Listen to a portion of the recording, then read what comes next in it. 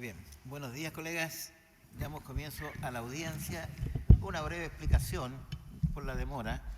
Tenemos que tratar de compatibilizar el tiempo con las materias administrativas que están en la tabla de pleno hoy día. Doy cuenta que se ha designado ministro de Fe para la confección del acta y la verificación de la audiencia a la relatora de pleno de esta Corte Suprema, doña Alejandra Pizarro. Los abogados alegarán en el siguiente orden: revocando don Gabriel Saliasnik por el senador, 30 minutos. A continuación, confirmando la sentencia, don Pablo Norambuena, que lo hace en representación del Ministerio Público, 30 minutos, y don Manuel Navarrete Gómez por el Servicio de Impuestos Internos, también él por 20 minutos. Para replicar, concederemos 5 minutos adicionales a cada uno de los señores abogados. Tiene la palabra entonces el abogado que actúa revocando, don Gabriel Saliasnik.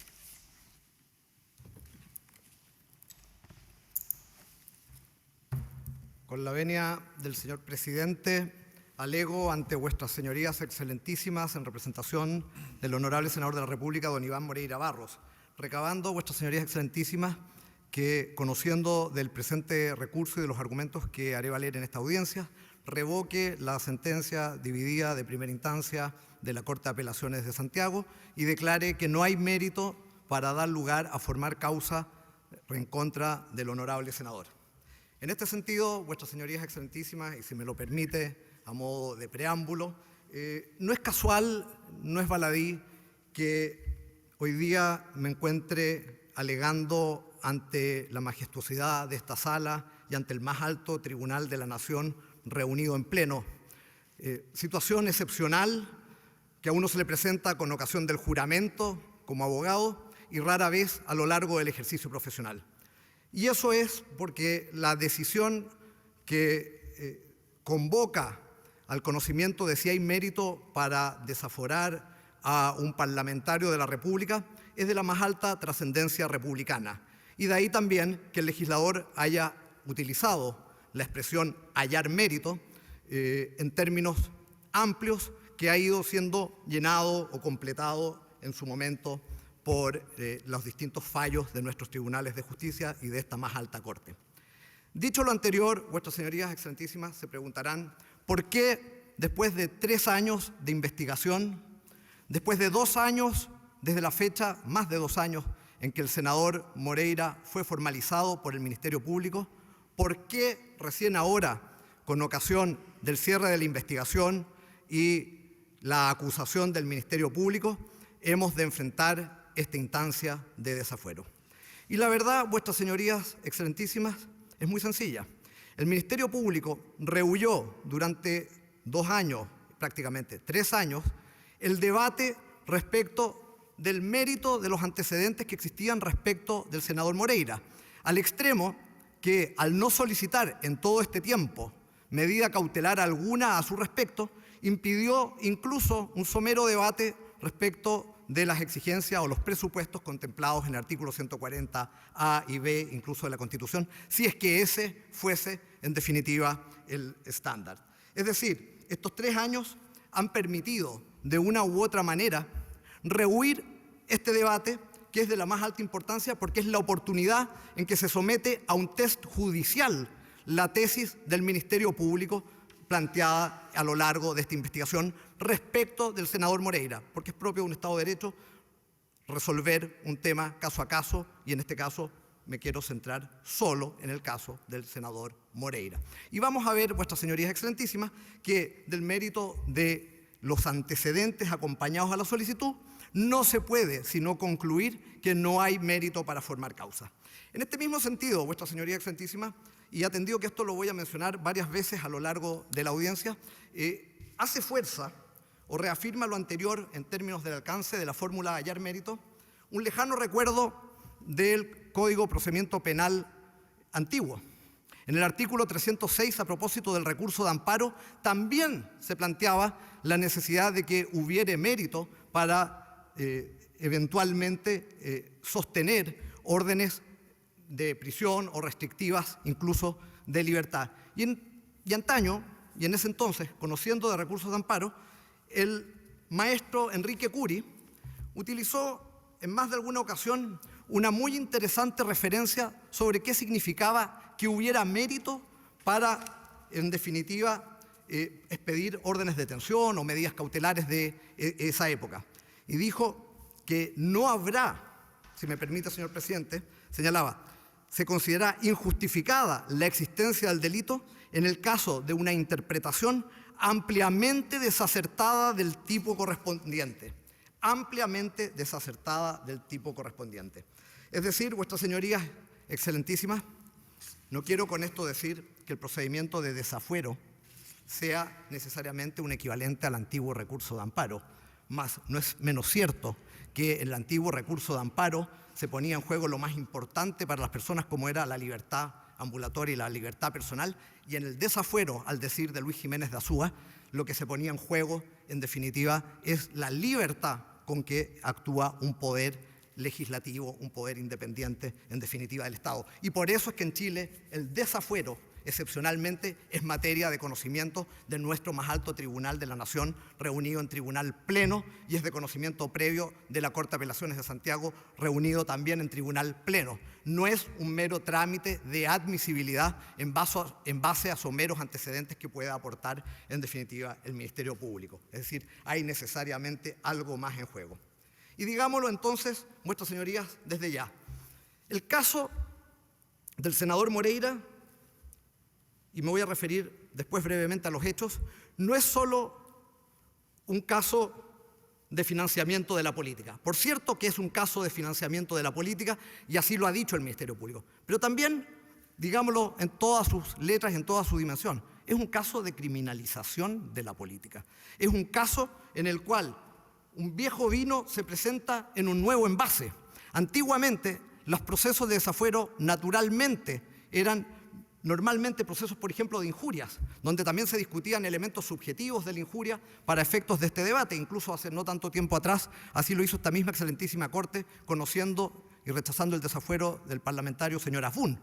Es decir, hoy día el delito tributario, en este caso a manos del Ministerio Público, y este tipo de investigación, y esta investigación en concreto, tomó el lugar de lo que antaño era muy frecuente en materia de delitos de injuria. El delito tributario pasó a ser el arma, el instrumento del que se vale el Ministerio Público para perseguir el financiamiento ilegal de la política ante la ausencia de tipos penales específicos que contemplaran esta situación. Y esto es de la máxima importancia, y así lo reseña en su voto disidente el ministro señor Crisosto. Hasta antes de la ley 20.900 no existía un tipo penal que sancionara específicamente la conducta que se le imputa o que se le reprocha al señor Moreira. Y en este sentido son elocuentes las declaraciones del propio ex fiscal nacional en su entrevista, podríamos decir, de despedida cuando dejaba el cargo al diario La Tercera el 8 de noviembre del 2015. Y si me permite, señor presidente, la voy a citar, porque creo que evidencia en toda su magnitud el propósito perseguido por el Ministerio Público a lo largo de esta investigación. La entrevista bajo el titular "Hemos producido un remesón importante" dice lo siguiente, señor presidente, con su permiso. No es mi rol, señor Sabachaguán, ni el de ningún fiscal hablar de política, pero si uno mira como ciudadano, creo que con esto se ha producido un remesón importante para afinar la forma de financiamiento de la política, sujetarla a mayores controles y niveles de transparencia, lo que ha sido positivo para el país. Así que ha sido una ganancia institucional, dice y remacha. Es un triunfo del sistema de la Fiscalía. Es un triunfo del sistema de la Fiscalía. Otro tanto ha dicho el fiscal de esta causa, señor Gajardo, pero en honor al tiempo no lo reproduciré en este momento, sin perjuicio que esté dentro del contexto de la minuta alegato que dejaré al término de esta audiencia. Y entonces, vuestras señorías excelentísimas, ¿de qué se trata, en definitiva, toda esta investigación? ¿De qué se trata los hechos que se le imputan, ya que no ha habido relación, al señor Moreira? Como quiero evitarme la polémica con el Ministerio Público, voy a citar al Ministerio Público en lugar, vuestras señorías excelentísimas, de contar yo ¿Cuáles son los hechos? El Ministerio Público ha tenido la oportunidad de narrar los hechos en la formalización, en la acusación y en la solicitud de desafuero. Y en las tres oportunidades lo ha hecho en forma idéntica. Si me permite, señor presidente. Durante el año 2013, el imputado Iván Moreira Barros facilitó a las empresas Penta, Inversiones Banpenta 3 Limitada, 9 boletas de honorario ideológicamente falsas por un total de 38 millones de pesos y fracción, documentos cuyos montos correspondientes habían sido previamente acordados entre el imputado Moreira y los imputados Délano, Lavín y Bravo, con el fin de financiar la campaña electoral del primero.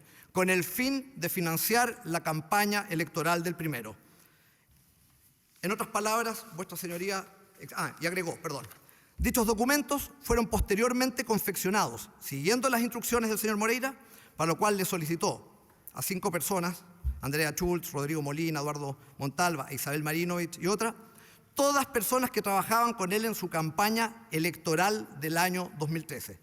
En otras palabras, vuestras señorías excelentísimas, ya en la descripción de hechos que hace el Ministerio Público quedan en evidencia 2 situaciones que son de la máxima relevancia para resolver si hay mérito suficiente para desaforar al senador Moreira. El propósito, por un lado, de la conducta del señor Moreira, entregar o facilitar boletas a empresas del Grupo Penta, inequívoco, con el fin de financiar la campaña electoral, lo señala el Ministerio Público. Y 2, que las boletas en su totalidad corresponden a personas que trabajaban en su campaña electoral del año 2013. Es decir, todas y cada una de las boletas corresponden a personas que trabajaban con el señor Moreira. Por lo tanto, en su propio relato, el Ministerio Público excluye, desde luego, ¿no es cierto?, cualquier finalidad o cualquier propósito defraudatorio en este sentido. Por lo tanto, vuestras señorías excelentísimas, si contrastamos dichos hechos a la luz del artículo 97, número 4, inciso final, vamos a llegar necesariamente a la conclusión, confío, que no existe mérito para proceder con el desafuero del senador Moreira. La interpretación que se hace es ampliamente desacertada. Y si me permite citar, vuestra señoría excelentísima, el artículo 97 desde ya, para que no exista ninguna duda a este respecto, señor presidente. Sí, por supuesto. Dice en su inciso final, el que maliciosamente confeccione, venda o facilite a cualquier título guías de despacho, facturas, notas de débito, notas de crédito, boletas falsas, con o sin timbre del servicio, con el objeto de cometer o posibilitar la comisión de los delitos descritos en este número. Es decir, siendo un delito de peligro, cosa que nadie pone en duda, el legislador fue bastante más allá y exigió un elemento subjetivo del tipo adicional. No estamos hablando aquí de dolo, estamos hablando de un elemento subjetivo del tipo que la doctrina moderna, tradicional, colocaría dentro de los elementos de la faz objetiva que necesariamente se debe ponderar en esta conducta. Por de pronto, vuestras señorías excelentísimas, contrastemos esta realidad, por ejemplo, con el artículo 10 de la Ley de Control de Armas o de la Ley de Armas, en la cual se sanciona la entrega de una arma, de una pistola, a un menor de edad. Si uno lee el tipo del artículo 10, no tiene con el objeto de que cause daños a tercero el menor o con el que se inflija daños a sí mismo. Es decir, hay 2 tipos de delitos de peligro, pareciera ser. Uno, en que el legislador entiende que el peligro se concreta en la mera entrega, como aquí lo entiende el Ministerio Público, y otro, en que el peligro requiere algo más. Requiere un plus de disvalor que tiene que ser acreditado y tiene que ser probado, aunque sea indiciariamente, primariamente por el Ministerio Público, si quiere que prospere una solicitud de desafuero como lo que ocurre acá en la especie. Y vamos a ver de los antecedentes del proceso, vuestra señoría, acompañados por el Ministerio Público, que lejos, muy lejos de que ello se verifique, aquí lo que hay, los antecedentes inequívocamente desvirtúan aquello. Vuestras señorías excelentísimas, este alegato constará por lo mismo en lo que sigue de 2 grandes matrices argumentales. Una, la falta de adecuación típica por parte de la conducta del Ministerio Público, y una segunda al final del alegato, si el tiempo me lo permite, voy a mostrar también que el Ministerio Público ha actuado exorbitando el ámbito de sus competencias, toda vez que en el ejercicio de la acción, la formalización y la investigación en contra del señor Moreira por delitos tributarios, no me dio denuncia ni querella del Servicio de Impuestos Internos conforme al artículo 162 del Código Penal, sino que esto se vino a subsanar o sanear el día de la audiencia de formalización misma, fecha en la cual, 19 de junio del 2015, el Servicio de Impuestos Internos interpuso recién por primera vez querella criminal, dando cuenta o noticia criminis de los hechos respecto del senador Moreira, pese a que este ya había sido largamente investigado por el Ministerio Público durante más de 9 meses. Por lo tanto, Vuestra Señoría, en el primer acápite o gran acápite, esto es, que esta perspectiva de que no hay adecuación típica y que los antecedentes no son suficientes para soportar una decisión de la trascendencia de la que aquí se pretende. Vuestra Señoría, intentaré hacerlo en la forma más simple posible. Y para ello voy a acudir a los elementos de interpretación del Código Civil. Mal que mal, en un caso de jurisdicción, de declarar el derecho, hay que aplicar el derecho y, por lo tanto, siempre hay un proceso de interpretación que subyace. Y voy a revisar uno a uno estos elementos contrastándolos con lo que es lo solicitado por el Ministerio Público. Respecto del elemento literal, es decir, contrastar el artículo 97.4, inciso final, que exige la entrega de los documentos falsos con el propósito respectivo.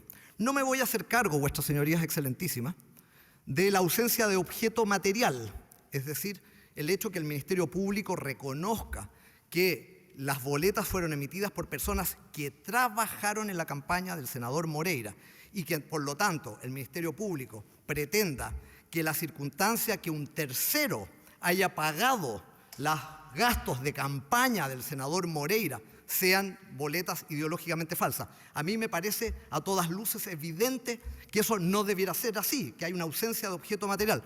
Pero digamos las cosas por su nombre. Aquí se ha instalado una especie de posverdad.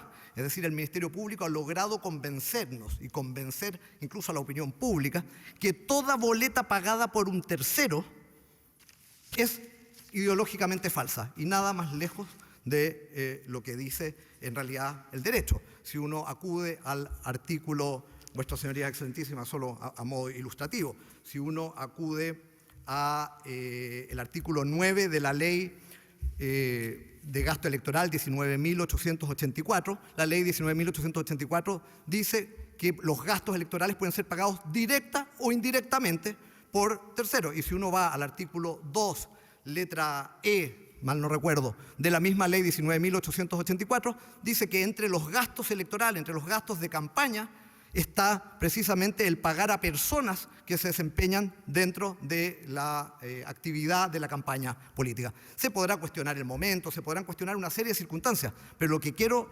recalcar es que no es inédito, no es inusual y no es delictivo que una empresa pague por cuenta de un candidato una factura. Eso no es el delito, en la medida en que las personas efectivamente trabajaron en la campaña. Y este contraste, Vuestras Señorías Excelentísimas, lo vamos a ver con otros emisores de boletas a los que el Ministerio Público no ha perseguido con la misma intensidad. Por ejemplo, hay la situación de una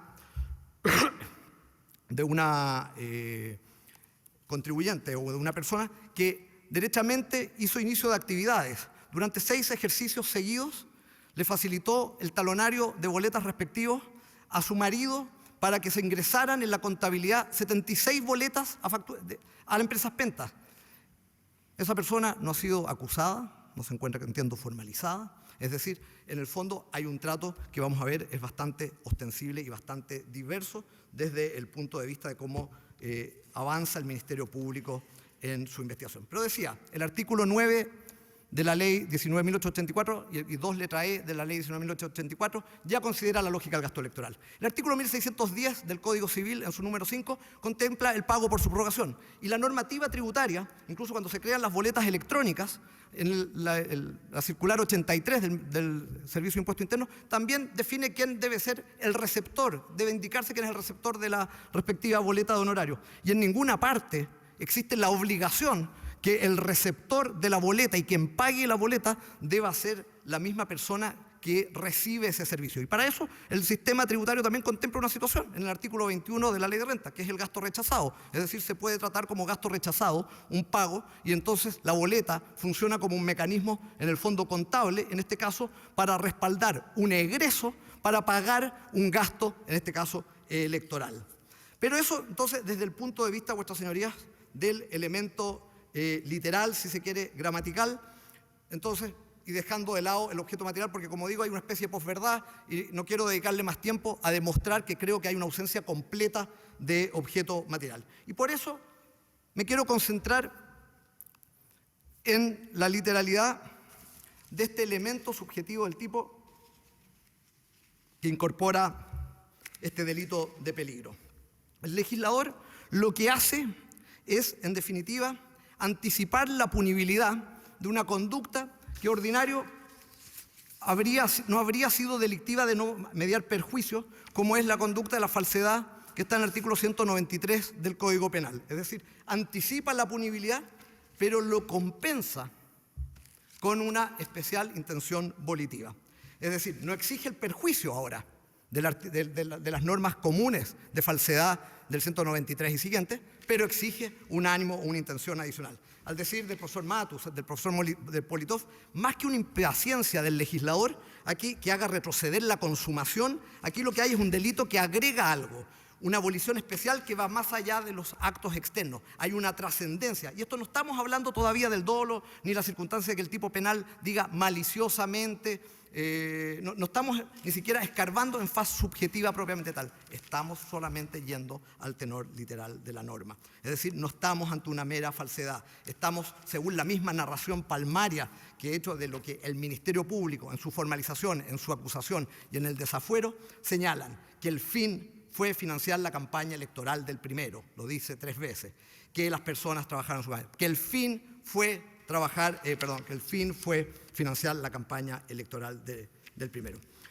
Y así por lo demás lo advierte en los votos disidentes el ministro señor Silva y los otros 6 ministros que comparten su visión en la Corte de Apelaciones de Santiago.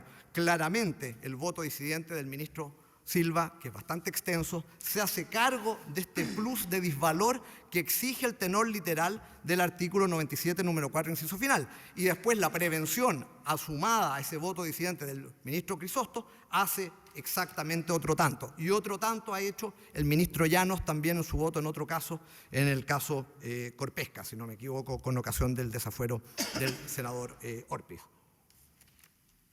¿Qué antecedentes, vuestra señoría, aporta el Ministerio Público entonces para probar? Yo no me voy a hacer cargo, por supuesto, de sustentar la tesis del Ministerio Público. Por el contrario, voy a demostrar que esos antecedentes que aportan su solicitud de desafuero precisamente dicen exactamente lo contrario. Excluyen el propósito del artículo 97.4, inciso final. Hemos dicho que la narración es evidente. En segundo lugar, van a citar diversos mails folclóricos, si se quiere. Son parte del folclore popular del senador Moreira, ¿no es cierto? Todo Chile ha hecho sorna de la expresión, ¿no es cierto?, raspado de la olla o de otras expresiones utilizadas por el señor Moreira. Pero estamos ante un tribunal de derecho. ¿Qué es lo que prueban cada uno de esos mails? Prueban que el propósito del señor Moreira fue solicitar financiamiento para su campaña política. Es decir, lo que está probando el Ministerio Público ahí es que el señor Moreira solicitó al señor Bravo, un testigo que ha fallecido y a quien no se le consultó si se había puesto de acuerdo con el señor Moreira, pudiendo haberlo hecho el Ministerio Público. Habríamos tenido un testigo de primera fuente para saber, en definitiva, si había convergencia delictiva del señor Moreira con los hechos, pero el Ministerio Público lo interrogó muchísimas veces, sabía que estaba enfermo, podía haberle tomado prueba anticipada. Nunca le hizo la pregunta del millón. Nunca le preguntó si había convergencia delictiva. Nunca le preguntó si el señor Moreira tenía conciencia que las boletas que él le solicitaba eran para efecto de obtener un beneficio tributario o los pensaba tratar como un gasto rechazado. Por supuesto, eso no fue parte del diálogo, no fue parte de la relación del señor Moreira con el señor Bravo. Y como no era conveniente la tesis del Ministerio Público, es la pregunta que se extraña en toda esta causa, es la pregunta que el Ministerio Público pudo haber hecho y es la pregunta que el Ministerio Público jamás hizo. Y por lo tanto tenemos que creer en la interpretación que hace el Ministerio Público de los deseos del señor Bravo y del señor Moreira. Luego tenemos las glosas de las boletas, vuestra señoría. Si uno revisa cada una de las boletas que aporta el Ministerio Público, cada una de ellas dice por trabajos efectuados en el mes de octubre, por trabajos efectuados tal o cual mes. Es decir, no hay ni siquiera una glosa que pudiera ser indiciaria de un propósito de ser usada como un gasto necesario. Si la glosa hubiese dicho, por ejemplo, ¿no es cierto?, análisis de mercado, de participación de mercado de empresas Penta o de Banco Penta, uno podría sospechar que había un acuerdo entre el señor Moreira y el señor Bravo para producir un documento tributario que pudiera ser utilizado para rebajar impuestos, para rebajar la base imponible. Pero nada de eso hay en las boletas, no dicen eso. Y precisamente dan cuenta de trabajos realizados. No es otra cosa que eso. La temporalidad de las boletas también es indiciaria, vuestras señorías excelentísimas. Las boletas del señor Moreira solamente se emiten en el periodo de campaña y cesan tan pronto termina la campaña. Hay una falta de periodicidad, en definitiva, en la entrega de estas boletas. Hay una falta completa de propósito delictivo, porque si el propósito delictivo era defraudar tributariamente, debería haber habido una prolongación de esto en el tiempo. Y por lo tanto, la inexistencia del acuerdo defraudatorio parece bastante evidente. Y en esto, si su señoría excelentísima me lo permite, voy a citar la declaración del señor Bravo respecto de esta persona a la que el Ministerio Público, al igual que otras 30 y tantas personas que también emitieron boletas, no persiguió ni acusó, probablemente porque no tenía la connotación de financiamiento político. Tenía la connotación solamente de delito tributario, que no era lo que el Ministerio Público parecía ser que quería poner el acento o el foco. ¿Me lo permite, señor presidente? Señor. Declaración del señor Bravo el 12 de septiembre. Esta parte no la cita el Ministerio Público. La señora, prefiero omitir el nombre porque esto está siendo televisado, es la cónyuge de don Francisco Astorga Silva, que es el jefe de administración. Ella no trabaja para Penta ni empresas Penta y otorgaba estas boletas cuando se requería justificar un gasto cualquiera. Ella se quedaba con el 10% del impuesto retenido. No tiene que ver con campañas políticos, ni es un suplemento del sueldo de Astorga, su marido. En otras palabras, vuestras señorías excelentísimas, para el Ministerio Público, este hecho, que una persona, si uno ve la declaración de esta señora, hace otro es igualmente llamativa. Permiso, señor presidente. Alrededor del año 2004, don Hugo Bravo le pidió a mi marido si podía yo emitir boletas para sus empresas. Efectué inicio de actividades. El talonario lo tenía mi marido. Yo dejé boletas firmadas, no sé cuántas boletas se hicieron, fueron 76. No recibí ningún dinero por esto, solo cada año recibía la devolución de impuestos correspondiente aproximadamente a 1.800.000 pesos, vuestras señorías excelentísimas.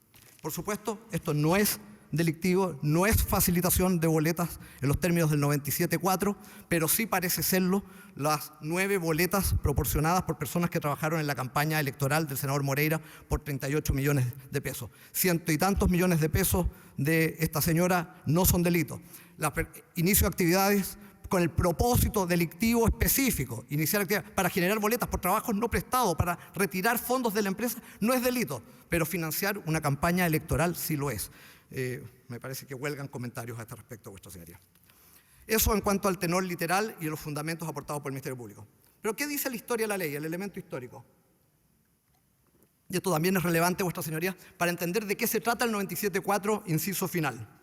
¿Qué dice? En página 111 del informe de la Comisión de Hacienda, vuestra señoría, comparece cuando se crea el tipo penal en el año 2001, el director del Servicio de Impuestos Internos. Dice, cito, en definitiva, lo que se busca es sancionar a aquellos que operan un verdadero mercado de facturas falsas. Acto seguido, Comisión de Hacienda del Senado, página 442 del Convenio de Historia Fidedigna de la Ley. El director del Servicio de Impuestos Internos indicó que la legislación actual contempla sanciones para los contribuyentes que utilizan facturas falsas, pero no está tipificada una sanción respecto de los que trafiquen con facturas falsas, que forman verdaderas mafias, dijo el director del Servicio de Impuestos Internos. Y luego en la Comisión de la Constitución del Senado, porque esto se inició por mensaje de la Presidencia de la República, señor presidente. Aquí lo que se trata, dijo, sin embargo, añadió, para no citar la cita completa, la legislación no contempla sanciones respecto de quienes hacen posible el tráfico de este tipo de documentos, que integran verdaderas organizaciones criminales dedicadas a realizar este tipo de operaciones. El proyecto de ley contempla esta parte, la modificación, precisamente porque apunta, dice, a atacar las organizaciones que falsifican facturas. Digo esto, Vuestra Señoría Excelentísima, respecto de la historia o del contexto histórico de la ley, porque evidentemente lo que estaba pensando el legislador en el año 2001 era aquellas personas que utilizaban verdaderas mafias que vendían en la plaza de armas de Curicó o vendían en la plaza de armas o imprentas clandestinas que fabricaban y emitían talonarios con timbres del Servicio de Impuesto Interno con el propósito de generar gastos inventados para que las empresas pudieran defraudar al fisco. Ese era el propósito, que como eran un tercero extraño a la relación, no eran un contribuyente y se los buscaba perseguir, se crea el tipo penal respectivo. Por supuesto que nada de eso ocurre. Ese estándar no lo supera la prueba del Servicio de Impuestos Internos. La prueba del Servicio de Impuestos Internos no demuestra, bajo ningún punto de vista, que acá haya habido una organización delictiva en el carácter de mafia por parte del senador Moreira para efectos, ¿no es cierto?, de obtener este financiamiento ilegal de la política en los términos que sanciona. Aquí no se trata de una factura trucha, no se trata de una factura inventada de alguien que hace inicio de actividades y que no tiene ninguna participación en una campaña política. Acá se trata de gasto electoral puro y duro. Y por lo tanto, en el entendimiento histórico de la norma, lo que había es que se cometía fraude básicamente cuando se buscaba atacar el mercado de facturas falsas. Se buscaba atacar estas verdaderas mafias y por lo tanto, claramente, pareciera ser que no resisten. 3 minutos de eso. ¿Perdón, señor? 3 minutos de eso. Hago uso de ellos, señor presidente. Por último, entonces, aquí, dejaré para la réplica lo del artículo 162, el elemento lógico para intentar ir cerrando, Vuestras Señorías Excelentísimas. ¿Qué sentido tiene la interpretación del Ministerio Público? Investigar financiamiento de la política. ¿Y por qué digo esto? Porque es el fraude tributario probablemente más chapucero de la historia si queremos sostener que esto es un fraude tributario. Nadie paga 100 para ahorrarse 20, que era la tasa de impuesto en esa época. A ver, la lógica que hay detrás de las facturas falsas es que las facturas se comercializan con una tasa de descuento. Esa tasa de descuento, por supuesto, tiene que ser inferior al tributo que se pretende ahorrar por quien adquiere la factura, que es lo que buscaba atacar la norma según el elemento histórico. Si Vuestra Señoría Excelentísima lo advierten, en este caso, Empresas Penta pagaron 38 millones de pesos para ahorrarse 7.6 millones de pesos. Es absolutamente inverosímil, es propio de Abbott y Costello. Es absolutamente ilógico sostener que hay una lógica tributaria desde el punto de vista de la conducta. Es decir, no solo el elemento gramatical, no solo el elemento histórico, el elemento lógico debiera llevar a desvirtuar por completo, en definitiva, que estemos en presencia de un delito tributario como pretende el Ministerio Público.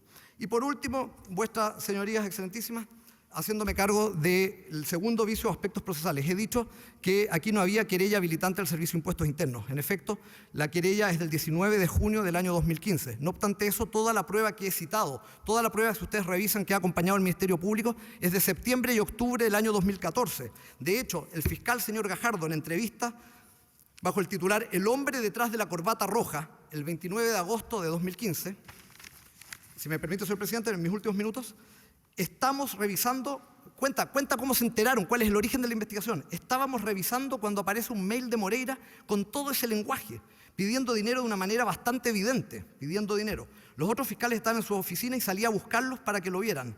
Debe ser como lo que le pasa a los pescadores cuando pica un pez grande, un big one. Eso dice el fiscal de la causa. Estábamos hablando en el mes de agosto del año 2014. El Servicio de Impuestos Internos informa que recién en enero, 5 de enero del 2015, recibió la solicitud del Ministerio Público para poner los antecedentes conforme al artículo 162, inciso sexto, en su conocimiento para que hiciera recién inicio de la recopilación de antecedentes el 7 de mayo, el mismo día que el Ministerio Público solicita la formalización del señor Moreira, inicia la recopilación de antecedentes. Y recordemos que de acuerdo a la norma del 162 del Código Tributario es un requisito de procedibilidad, es un requisito que habilita la investigación el hecho que el Ministerio Público cuente con una denuncia o querella del Servicio de Impuestos Internos. Ese no fue el caso y eso hace que en sí misma toda la prueba reunida, toda la que aporta el Ministerio Público, salvo un documento, es toda prueba que en el fondo estaba en la carpeta de investigación al día de la formalización del senador Moreira y que no obstante eso no fue utilizada por el Ministerio Público. Termino, señor presidente, solamente para cerrar, recabando a Vuestras Señorías, ilustrísimas, excelentísimas, considerar en toda su dimensión los antecedentes que aquí he aportado y los que trataré de reseñar a lo largo de la réplica, de manera que se exista la convicción de que no hay mérito suficiente para formar causa respecto del senador Moreira. Y solamente quiero citar un discurso en la Academia Chilena de Moral y Humanidades del destacado penalista Manuel de Ribacova y Ribacova cuando fue incorporado. Él decía, y en ese discurso, si me permite, de manera subrepticia, a través de los oscuros meandros del pensamiento punitivo, puede aspirar el Estado a ejercer un magisterio doctrinal y moral, utilizando otra vez el derecho como un instrumento de imposición y opresión. ¿No es acaso eso lo que hemos presenciado en este caso? ¿No es precisamente a través del meandro tributario, del ilícito tributario que el Ministerio Público ha pretendido ejercer un magisterio doctrinal y moral respecto del financiamiento de la política en un Estado de Derecho y no los tribunales de justicia, el ente persecutor y no los tribunales de justicia? Vuestra Señoría Excelentísima, con la misma humildad y respeto de aquel día en que recibí mi título de abogado en esta sala del Tribunal Pleno a manos de don Rafael Retamal y presté mi juramento, solicito a vuestras Señorías Excelentísimas considerar los argumentos expuestos en esta audiencia y, en definitiva, con todo respeto, declarar que no hay mérito, no existe ese atisbo de acertada correlación con el derecho que mencionaba el maestro Curi en la presentación del Ministerio Público y, por lo tanto, rechazar el desafuero que se ha impetrado. Muchas gracias, vuestras Señorías Excelentísimas. He dicho. Señores abogados, en sus alegatos, si necesitan dar lectura parcial a algún antecedente, siéntanse autorizados sin necesidad de pedirlo expresamente. Puede alegar el señor abogado Pablo Norambuena por el Ministerio Público por el tiempo que se anotó, 30 minutos. Gracias a su Señoría Excelentísima. Con su venia, alego en mi calidad de fiscal adjunto del Ministerio Público y solicito que se confirme la resolución judicial dictada por la mayoría de los ilustrísimos ministros de la Corte de Apelaciones de Santiago, que decidió hacer lugar al desafuero del senador Iván Moreira, con fecha 3 de julio del 2017. Como una cuestión previa, su Señoría Excelentísima, quiero indicar cuál fue el origen de esta investigación, dado que el señor defensor ha planteado de que la Fiscalía estaría criminalizando la política y que estaría persiguiendo la actividad política. Nada de ello más lejano, su Señoría Excelentísima. En Chile rige un Estado de Derecho, rige la Constitución y la ley, y la Fiscalía se adecúa al principio de objetividad. Esta causa que se ha denominado como el caso Penta, su Señoría Excelentísima, tiene su origen justamente en lo que fue otra investigación que se denominó el fraude al FUT, donde una serie de contribuyentes realizaron maniobras dolosas tendientes a obtener del Estado devoluciones de impuestos en forma fraudulenta. Y una de esas personas que estaba siendo perseguida criminalmente por la Fiscalía, que es el señor Jorge Valdivia, que tenía orden de detención, procedió a hacer una denuncia ante la Fiscalía respecto de hechos que revestían caracteres de irregularidades y de delitos en el seno de tanto de impuestos internos como de empresas Penta por corrupción y determinadas irregularidades. Fue a propósito de esa denuncia que se inicia lo que se denomina el caso Penta y la investigación por delitos tributarios y cohechos y otros. Por lo tanto, se basa en una investigación racional y justa, que obedece justamente a antecedentes concretos. A propósito de esa denuncia, la Fiscalía le tomó declaración al funcionario público involucrado en estos hechos de impuestos internos, quien mencionó que recibía pagos de altos ejecutivos de empresas Penta. Y a propósito de ese antecedente, más la denuncia al señor Valdivia, la Fiscalía lo que procedió en esta investigación fue a solicitar autorizaciones judiciales con el objeto de incautar la contabilidad de empresas Penta y también computadores de altos ejecutivos de las empresas Penta. Sumado a ello, llegó una denuncia en ese mismo periodo en contra de Hugo Bravo, el gerente general de Inversiones Penta 3, vicepresidente de Empresas Penta, por justamente haber desarrollado una actividad ilícita en el ámbito de la devolución de impuestos tributarios. Y con esos antecedentes la Fiscalía logró recabar, por lo tanto, las contabilidades de Penta, los computadores de los ejecutivos y los correos de Hugo Bravo, todo con autorización judicial y en base a la investigación de delitos, de corrupción y delitos tributarios. Y a propósito del examen de esa evidencia que se logró levantar por parte de la Fiscalía en esta investigación, se pudo establecer indicios de hechos que revestían caracteres de delito en el ámbito tributario en cuanto a emisión de boletas de honorarios por parte de las cónyuges de los controladores del Grupo Penta, que son los señores Delano y Lavín, y por lo tanto la Fiscalía pudo establecer que se usaba el mecanismo de boleta ideológicamente falsa para sacar dinero de las empresas y beneficiar a los controladores. Se pudo establecer que existían boletas y facturas en la investigación para poder pagar bonos y remuneraciones de los ejecutivos de Empresa Penta que facilitaban boletas y facturas falsas. Y también se pudo establecer de que habían hechos que decían relación con el mecanismo de utilización de boletas falsas para financiar la actividad política de determinadas personas. Por lo tanto, obedece justamente a una investigación justa y racional la recopilación de antecedentes por parte de la Fiscalía con órdenes judiciales. Por lo tanto, se descarta la arbitrariedad que el defensor nos imputa. ¿Cuál es el estado procesal, su señoría excelentísima, de esta causa? El señor Iván Moreira, senador de la República, se encuentra formalizado por el delito previsto en el artículo 97, número 4, inciso final, con fecha 22 de junio del 2015. También se encuentran formalizados cada uno de los emisores de las boletas que facilitó el señor Moreira a las empresas Penta. Esta investigación fue cerrada el día 4 de marzo del 2017. La Fiscalía solicitó el desafuero del señor Moreira para los efectos de discutir medidas cautelares y también con el objeto de poder acusarlo y que la acusación siguiera su trámite el día 13 de marzo del 2017, pero las defensas, en el intermedio, solicitaron la reapertura de la investigación, lo cual generó una audiencia el 4 de abril que generó que esta investigación se reabriera y por lo tanto hoy día se encuentra vigente con diligencias pendientes, fundamentalmente por diligencias solicitadas por los controladores del Grupo Penta, que están pendientes. Y por lo tanto, al estar abierta la investigación, la Fiscalía lo que ha solicitado, y lo solicitó en el pleno respectivo de la Corte de Apelaciones de Santiago, de que se decretara el desafuero con el objeto de poder debatir medidas cautelares, dado que el cierre no está vigente y la investigación está vigente, y por lo tanto abierta. Ese es el estado procesal de la causa.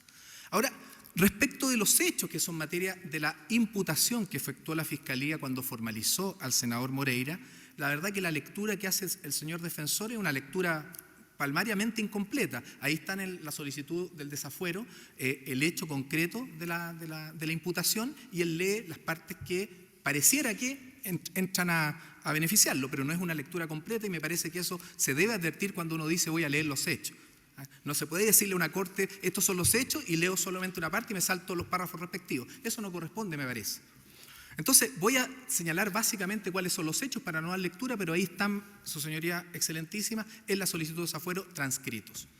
Básicamente lo que se imputa es que durante el año 2013, el imputado Iván Moreira Barros facilitó a 3 empresas del Grupo Penta, Empresas Penta, Sociedad Anónima, Inversiones Penta 3, Inversiones Fanpenta, 9 boletas ideológicamente falsas por un total de 38.888.890 pesos, cuyas glosas respectivas daban cuenta de servicios que los emisores nunca realizaron ni prestaron. Ese antecedente, efectivamente, el señor defensor, efectivamente, lo tengo aquí anotado, se lo saltó, porque señala efectivamente el hecho de que durante el año 2013 el imputado Iván Moreira facilitó a estas empresas que mencioné, las 9 boletas, dice, honorarios ideológicamente falsas por un total que indique, pues en la glosa respectiva daban cuenta de servicios inexistentes que los emisores nunca realizaron ni prestaron a las referidas sociedades, documentos cuyos montos correspondientes habían sido previamente acordados por Moreira con los controladores del Grupo Penta, que es Delano Lavín, y el propio Hugo Bravo, con el fin de financiarle su campaña electoral. Dichos documentos, se señala, fueron posteriormente confeccionados siguiendo las instrucciones que el imputado Moreira les dio a los emisores, para lo cual les solicitó a la señora Schulz, al señor Molina, al señor Montalva, a la señora Marinovich, la emisión de esa boleta. Y a continuación de esa instrucción, conociendo la falsedad, el imputado Moreira las envió a través de los correos electrónicos que me voy a referir.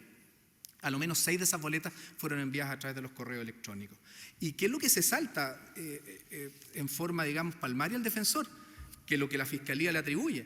posibilitando así que los imputados de la Nolavín y Bravo en representación legal o como controladores y administradores de empresas Penta, Inversiones Penta 3 Limitada, Inversiones Van Penta 2 Limitada, procedieran a registrar dichas boletas incorporándole a la contabilidad de la ya señalada empresa, efectuando así declaraciones maliciosamente falsas de impuestos, incurriendo así en el delito previsto en el artículo 97, número 4.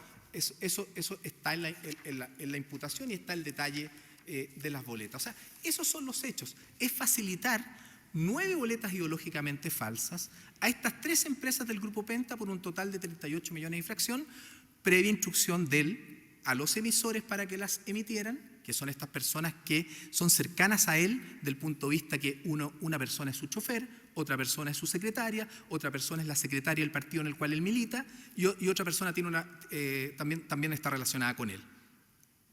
O sea, pero él las facilita ¿para qué? Para posibilitar que las empresas Penta puedan efectivamente cometer el delito del artículo 97, número 4, inciso primero, es decir, declaraciones maliciosamente falsas para rebajar y bular el impuesto de primera categoría. ¿Por qué la Fiscalía sostiene que esas boletas son ideológicamente falsas? Y eso es palmario.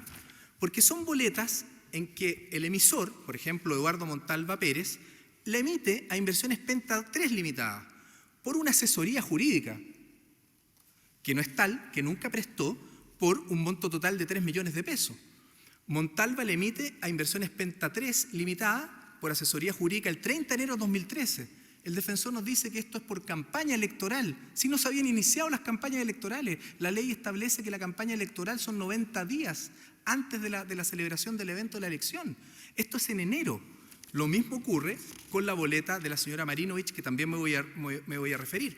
Y por lo tanto la glosa es falsa porque no hay ninguna asesoría jurídica que el señor Montalva le haya prestado, no hay ninguna asesoría que haya prestado a Empresas Penta y por lo tanto la relación jurídica tributaria en esta boleta, que impresiona como verdadera y que se entrega a Penta por parte del senador, es falsa ideológicamente. Y es falsa ideológicamente, ¿por qué? Porque contiene una narración de hechos que sustancialmente son falsos.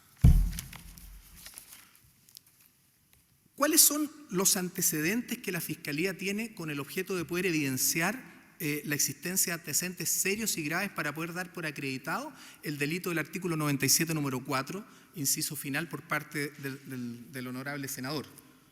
En primer lugar, el requisito de procesabilidad que efectivamente concurre para el momento en que fue formalizado.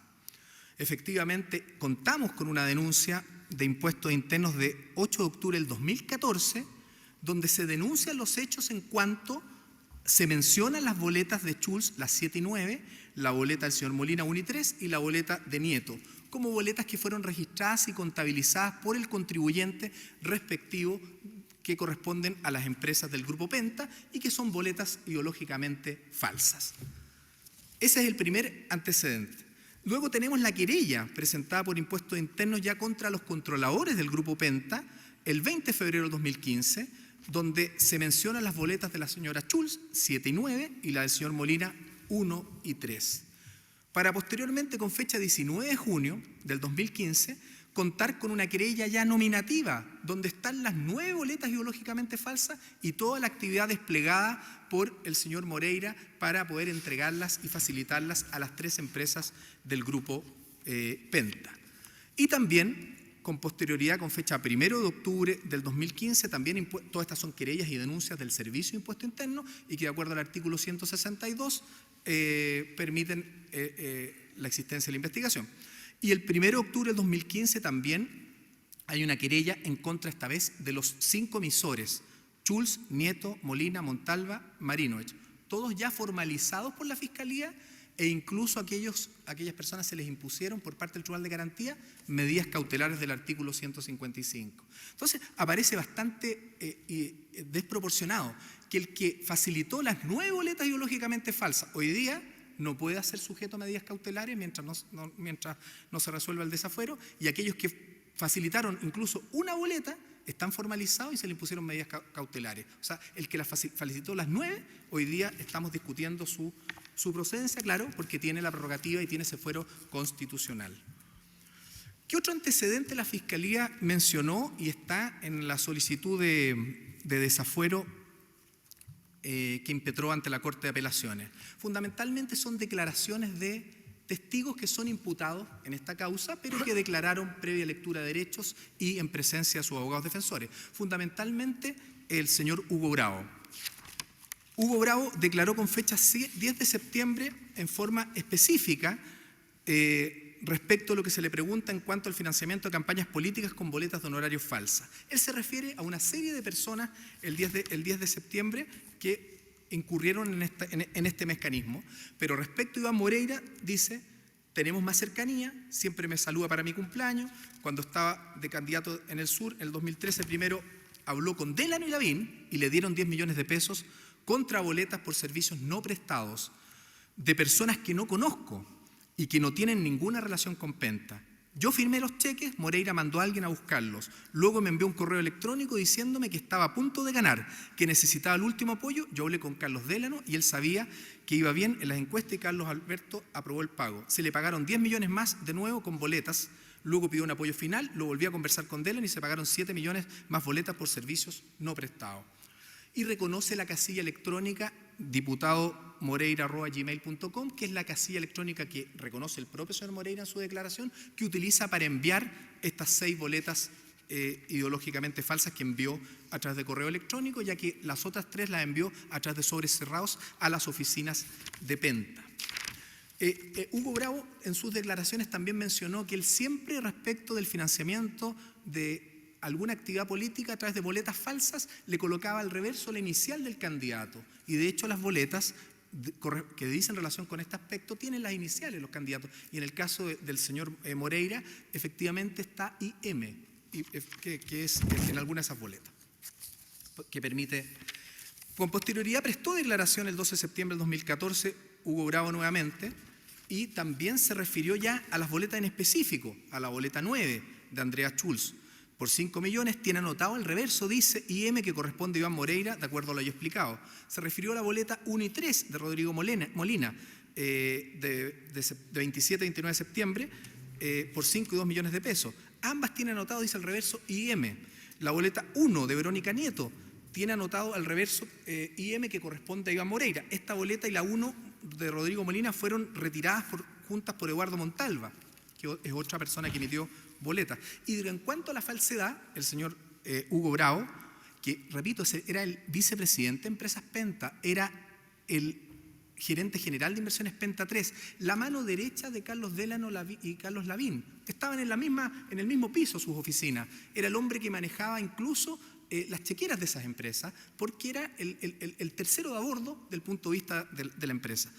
Y dice que todas estas boletas y facturas referidas al financiamiento de campañas políticas no tienen ninguna relación con Penta ni con Penta 3, los servicios que se indican no son reales.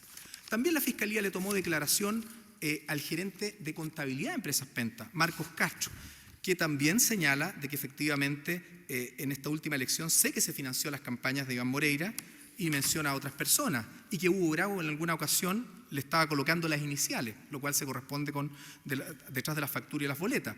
Y respecto a la boleta número 1 de Rodrigo Molina, que es uno de los emisores del señor Moreira, señala que Rodrigo Molina requiere por 5 millones, efectivamente tiene anotado el reverso las iniciales IM, que corresponden al aporte para Iván Moreira Molina, no prestaba ningún servicio para Penta. Por lo tanto, nos parece que la falsedad de esas boletas está plenamente acreditado. Nuevamente prestó en octubre del 2014, está agregada la declaración, el señor Marcos Castro, y señala que en los últimos meses estuvieron haciendo una revisión de las boletas que no están asociadas a un servicio, y ahí menciona las de Schulz, Molina y otros. También prestó declaración una secretaria del Grupo Penta, la señora Milén Dalancón, de 16 de septiembre del 2014. Esta persona señaló que es la secretaria de Carlos Lavín y Hugo Bravo. Señaló que llegaban sobres cerrados, que decían personal, por lo que yo no las abría, los sobres iban dirigidos a Hugo Bravo, y luego Hugo Bravo le pasaba a ella una vez que las abría, y eran boletas de honorarios, dice. Yo las mandaba a tesorería, y dice que recibió estos sobres de Iván Moreira y de otras personas que menciona, también dedicadas a la actividad política. Y cuando el cheque estaba listo, dice, yo llamaba a la secretaria de los candidatos y les indicaba que el cheque estaba listo. Llamé y recuerdo a las secretarias de Jovino Novoa, Enas von Baer, Iván Moreira. Eso declara Milén Dalancón. El tesorero Penta el señor Juan Carlos Armijo también presta declaración ante la Fiscalía. Está la declaración mencionada y que recuerda que a principios del año pasado Hugo Bravo me pidió que depositara dinero en la cuenta de Iván Moreira en efectivo en una cuenta del Banco Edwards. ¿Qué me indicó? El depósito se hizo con unas boletas de honorario de respaldo y luego la copia del depósito se lo entregué a Hugo Bravo. Efectivamente, la investigación ha permitido acreditar que las dos primeras boletas que el señor Iván Moreira pidió a los emisores Marinovich y Montalva de enero del 2013 fueron boletas que por 3 y 2 millones de pesos que él remitió por correo electrónico al señor Hugo Bravo, al correo que él tiene en Penta, por lo tanto remitió a Penta.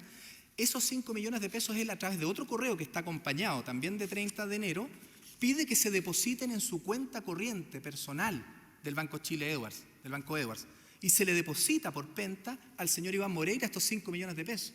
Entonces el defensor nos dice que aquí hay un pago de subrogación, que aquí hay pagos electorales. Si los dineros los percibió el señor Moreira, si los dineros están en su cuenta corriente.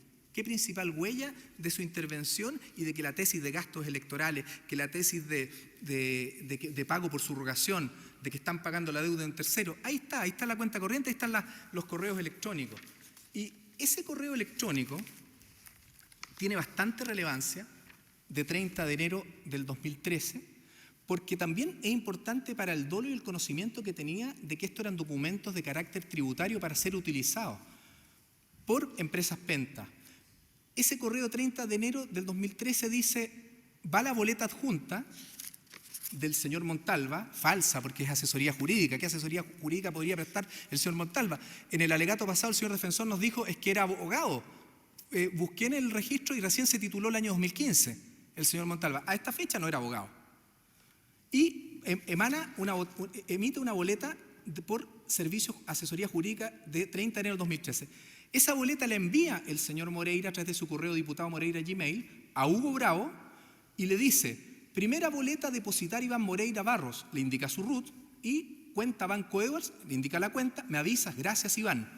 Pero en este correo que ustedes pueden apreciar, lo primero que hace Moreira es reenviar el correo que se emite por parte de Impuestos Internos cuando se elabora una boleta electrónica. Lo que hace Impuestos Internos le reenvía a la persona que supuestamente recibe el servicio, a la empresa, un correo electrónico que dice: estimado contribuyente, Inversiones Penta 3 Limitada, se informa que con fecha 30 de enero el contribuyente Eduardo Montalva Pérez, tanto, le ha emitido a su nombre como receptor de servicios profesionales la boleta honoraria electrónica número 11 que se adjunta como archivo en este correo. Si desea ver el detalle de esta y otras boletas de honorarios electrónicas que han sido emitidas a usted, puede hacerlo ingresando, comillas, consultar boletas recibidas de nuestro sitio web. Les saluda atentamente a usted, Servicio Impuesto Interno. ¿Dirigido a quién? A Inversiones Penta 3, que es a quien le generó la boleta el emisor Montalva. ¿Pero qué hizo Montalva o el señor Moreira? Colocó su correo para que le llegara a él, porque este correo de Impuesto Interno le llegó a diputado Moreira Gmail y a montalva.gmail. Y el señor Moreira, ¿qué hizo? Pescó ese correo y lo reenvió a Penta junto con la boleta. Y nos dicen que no tiene conocimiento de que esto era para fines tributarios. Si está tomando conocimiento que Impuesto Interno está enviando una comunicación a Penta y él se la reenvía a Penta. Nos parece que hay elementos, pero más que suficientes. Bueno, siguiendo con las declaraciones para poder establecer la falsedad ideológica de estos documentos, también la Fiscalía le tomó declaración 5 de enero de 2015 a Carlos Delano Out, que es el controlador del Grupo Penta, y que reconoce que las boletas de Verónica Nieto, Rodrigo Molina, Andrea Schulz, Eduardo Montalva y Isabel Marich no corresponden a ningún servicio que se hubiera prestado a Penta. Y también está la declaración de Carlos Lavín, también el otro controlador y dueño del Grupo Penta, y respecto de eso dice la revisión que ahora hemos hecho, hemos detectado que las boletas de Andrea Schulz, Verónica Nieto, Rodrigo Molina corresponden a aporte efectuado a Iván Moreira por Hugo Bravo. Sumado a ello, efectivamente contamos con la correspondencia electrónica incautada por autorización judicial. ¿Cómo se puede sostener por parte de una defensa que la prueba de la Fiscalía va a ser ilícita si tenemos una autorización judicial por delitos de carácter tributario como delitos de carácter de corrupción, que por lo tanto hacen posible investigar los hechos, fundamentalmente, que finalmente dicen relación con el grupo Penta, en cuanto ellos hacer declaraciones maliciosamente falsas, pero también tenemos que perseguir a aquellos que facilitaron. Otro aspecto, Su Señoría Excelentísima, que quiero mencionar para efecto del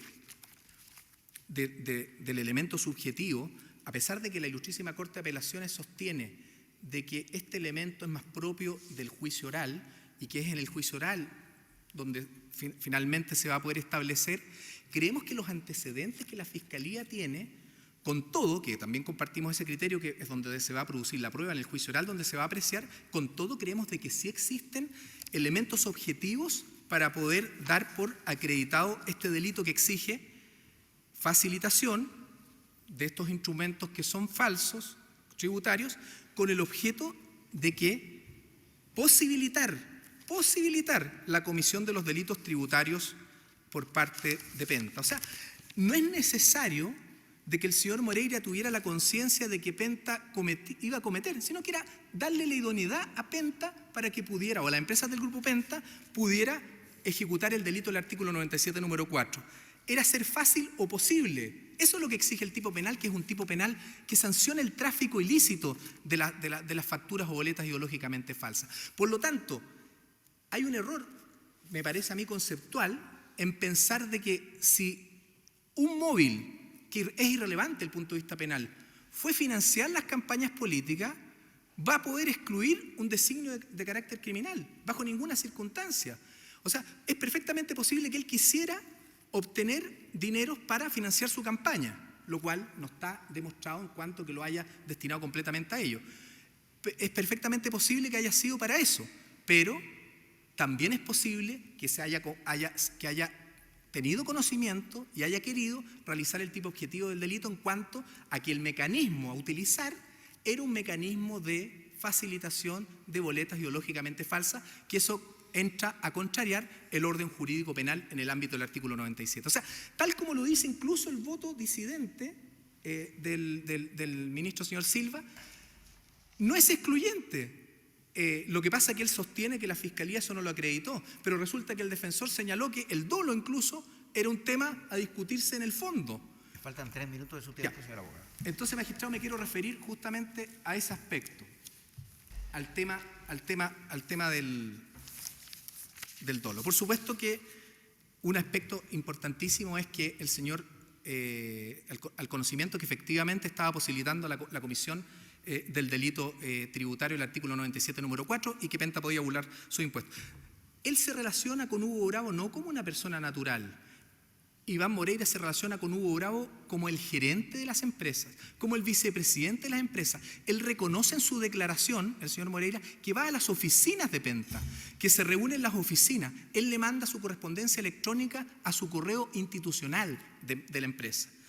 Y él señala al señor Moreira en su declaración que prestó y que está también agregada a la solicitud de desafuero ante la Fiscalía, de que él tiene conocimiento, sí creo, dice, de que sabía de que los fondos provenían de las empresas Penta. Entonces, se relaciona con contribuyentes de primera categoría, con profesionales del comercio, de las inversiones y de la asesoría, con un grupo económico. Y es a ellos a los que les pide este aporte y es a ellos a los que les entrega las boletas. Entonces, es posible que él no supiera o es posible que él no tuviera conocimiento de que estaba la posibilidad de que Penta iba a utilizar esos instrumentos tributarios.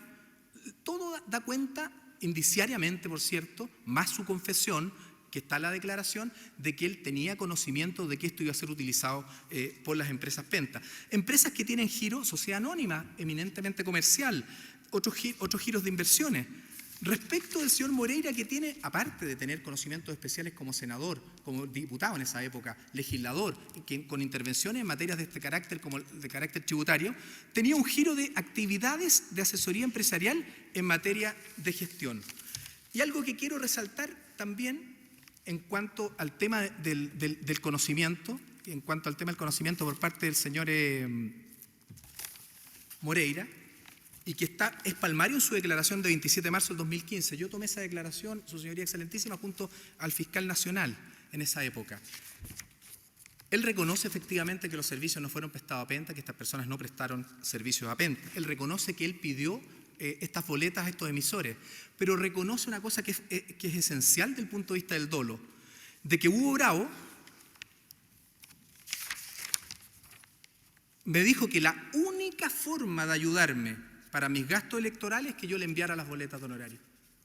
O sea, Hugo Bravo se lo colocó como un requisito sine qua non, como un requisito esencial para poder ayudarlo, que él le facilitara estas boletas ideológicamente falsas. No se lo estaba pidiendo un señor que no se dedicaba al comercio, se lo estaba pidiendo un gerente de una empresa, se lo estaba pidiendo el vicepresidente de la empresa, como la única forma. Y eso fue lo que el señor Moreira le transmitió a los emisores de las boletas, y por eso los emisores procedieron a emitir esas boletas.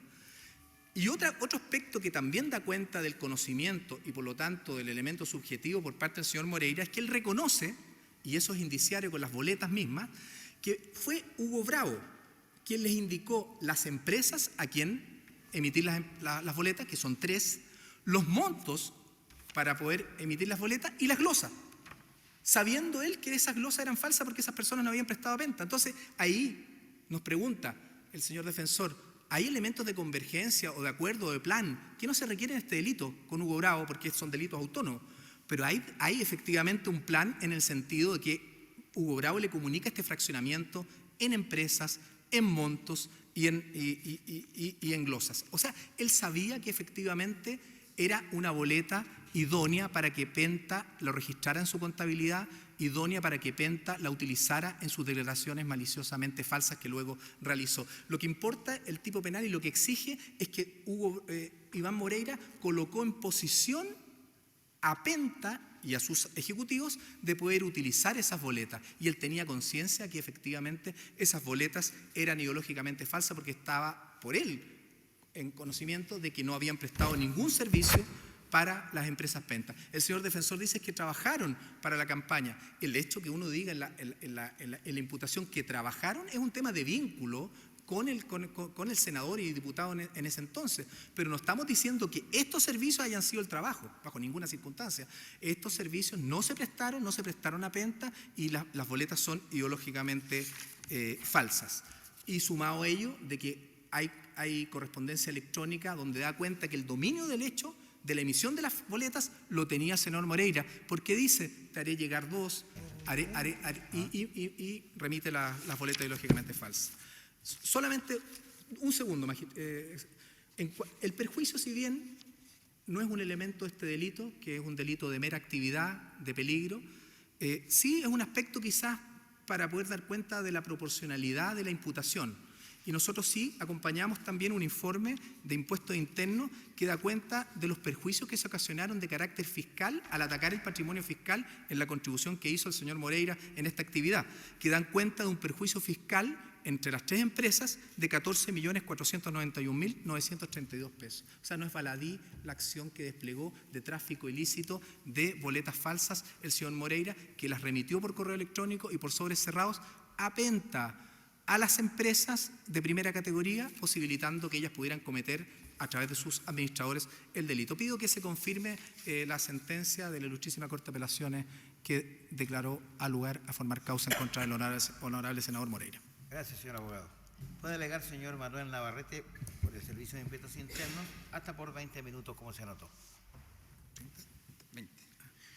Muchas gracias. Con la venia, el señor presidente, alego en representación del Servicio de Impuestos Internos, solicitando desde ya, ¿cierto?, que se confirme el fallo dictado por el Pleno de la Corte de Apelaciones de Santiago de fecha 3 de julio de 2017, es decir, que acogió la solicitud de desafuero del Ministerio Público.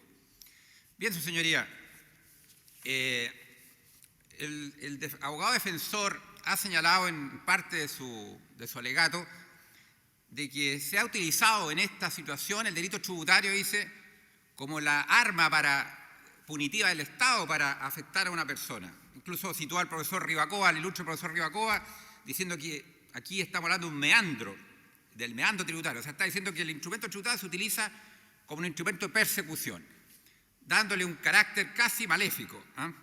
Pues bien, su señoría, no hay tal. Voy a demostrar, y ya ha sido, creo, demostrado en gran parte ya por el Ministerio Público, que aquí estamos en presencia de un delito tributario. Como ha dicho la Fiscalía, las conductas ilícitas pueden ser variadas. En una situación pueden haber distintas conductas ilícitas. Y eso no quita que aquí claramente aparece la tributaria. Señoría, como bien sabe, en nuestro sistema tributario, ¿cierto?, se permite que la empresa parte de los gastos que realizan para fines como tales se rebajen, ¿cierto? ¿Y qué se exige por la ley para que las empresas puedan rebajar estos gastos? Se exige, primero que nada, que el gasto sea necesario para producir la renta, que no ocurrió en el caso. Segundo, que esté documentado la boleta respectiva, que en este caso. Tercero, que estén efectivamente pagados o adeudados y que estén contabilizados. Así funciona el sistema por regla general y permite que las empresas descuenten gastos que sí son propios de su giro y con los requisitos formales que he señalado. Pues bien, en ese contexto de las empresas PENTA, empresas de primera categoría, empresas, ¿cierto?, que obtenían importantes ganancias, es que se desarrollan estos ilícitos. Porque aquí se ha tratado de decir que esto es como una persecución contra un sujeto, pero el contexto es este: estamos en una empresa de esa naturaleza a la cual se le facilitaron. ¿Para qué? Podemos entender en forma estricta para cometer o incluso, como dice la palabra, posibilitar, ¿cierto? El tipo penal dice posibilitar también, como dijo la Fiscalía, o sea, colocar en la situación de. Ya. Y uno dice, su señoría, el senador Moreira, ¿puede uno pensar que un senador de la República, lo que implica ser un senador de la República, alguien que participa en la elaboración de las leyes, no pudo representarse, a lo menos que cuando estaba entregando este documento, facilitando estos documentos, estas 9 boletas, no iban a permitir que se cometiera un delito? Su señoría, el propio senador Moreira en su época participó, tal como señala la constancia de la discusión de sala, con fecha 16 de mayo del 2001, participó cuando se discutió la ley que creó este tipo penal. O sea, el señor Moreira es una persona que tiene un conocimiento acabado de este tipo penal. Él participó en la comisión que discutió en su momento y votó favorablemente la creación de este tipo penal del artículo 97.4, inciso final, que implica esta facilitación de boletas para o cometer o posibilitar. O sea, estamos en presencia de una persona que no es cualquier persona, su señoría. Es un senador de la República y que además participó justamente cuando se creó este tipo penal. Entonces, es posible pensar racionalmente que alguien que tiene esos conocimientos, que además, como ha dicho el Ministerio Público en su giro, tenía asesoría financiera, conocía de distintos elementos, que cuando el señor Bravo, como relató la Fiscalía, le dice la condición para entregar el dinero es la boleta. ¿Ya? ¿Y por qué le pide una boleta? Una empresa, si él dice, no, si estos son servicios que me prestaron a mí, dice yo, aquí hay un pago de subrogación. Pero si fuera así, como dice él, que esos servicios le prestaron a él, porque eso no está claramente acreditado, hay parte de los dineros que van a él, no van propiamente a los servicios, que él dice que fueron prestados a él. Entonces, él desde el inicio se sabe que esa boleta no podía ser utilizada entonces, sino para rebajar ingresos, porque claramente él tiene el conocimiento, a partir de lo que él mismo dice, que al entregarse esas boletas, iban a ser utilizadas ¿para qué? Para algo que era rebajar como tal, como gasto, puesto que esa boleta no podía ser utilizada de otra forma, ya que no decía una relación que se haya ocurrido entre un sujeto y la empresa, sino era parte, ¿cierto? Y para eso creo que es importante tomar en cuenta, él ha citado muchas declaraciones de distintas personas, pero creo que hay declaraciones muy relevantes, su señoría. El mismo Hugo Bravo, ¿cierto?, declaró, ¿cierto?, ante el Ministerio Público con fecha de septiembre varias situaciones, pero hay una parte importante que quiero destacar. Al final de esa declaración él señala, dice lo siguiente textualmente, señoría, excelentísima. Como he señalado, dice, todas estas boletas referidas al financiamiento de campañas políticas no tienen ninguna relación con PENTA ni con PENTA 3, y los servicios que se indican no son reales. ¿Quién lo dice eso? El señor Bravo, el que entregaba, el que junto al señor Moreira acordaron esta entrega de boletas. Él mismo dice, y servicios que indican no son reales. Una declaración creo muy relevante a mi juicio. Pero además, otra declaración importante a mi juicio, don Marcos Alberto Castro Sanguinetti, encargado de la contabilidad de PENTA 3 Limitada y en las empresas PENTA. Dice en su declaración de 27 de octubre, dice, en los últimos meses en las oficinas de PENTA hemos estado revisando las boletas extendidas de manera irregular. Esta revisión la está haciendo Manuel Antonio Tocornal, Oscar Buceta y en la oficina de contabilidad de Dora Perello, dice. las boletas irregulares se están separando, él dice, las boletas irregulares, él las califica así, se están separando en montos relacionados con motivos políticos. Esto se ha chequeado, dice, porque no están asociadas a un servicio que la empresa haya contratado. O sea, el encargado de la contabilidad también está reconociendo, señoría excelentísima, que aquí estamos en presencia de personas que trabajaban en la empresa y que reconocen claramente la irregularidad de esta situación. Aquí se nos ha dicho, no, si esto es totalmente normal. Es normal que uno le puede prestar un servicio, uno va a la empresa y le dice, paga tú, yo te entrego la vuelta. El distinguido abogado, señor Saliasny, nos trata de la impresión de que esto es normal, que esto así se utiliza. Señora, no hay tal. Aquí estamos en presencia de situaciones que son absolutamente irregulares, porque la empresa, es cierto, está tomando un elemento que no corresponde a la veracidad, por eso es factura ideológicamente, boleta ideológicamente falsa. Da un servicio, habla de un servicio que no es tal. Por lo tanto, a nuestro juicio está más que acreditado desde ese punto de vista que aquí estamos en presencia de este delito, ya que es un requisito clave, es cierto, que se exige para dar lugar a la solicitud de desafuero, como es lo que ha dicho reiteradamente la jurisprudencia de esta excelentísima Corte, dice que existe un hecho o hechos que presenten carácter de delito. Y en este caso el artículo 97.4, inciso final. Pero además es importante el tema del elemento subjetivo que ha cuestionado el distinguido contradictor, ya en cuanto que aquí dice el Ministerio Público no acompañó antecedentes suficientes y además aquí se requiere un elemento subjetivo especial, dice él. Y se requiere un elemento especial y eso lo hace a partir del concepto de la palabra maliciosamente. Ya, él dice maliciosamente, supone que en este tipo penal hay un dolo, se podría decir, de una calidad, una entidad superior. No compartimos esa opinión, su señoría.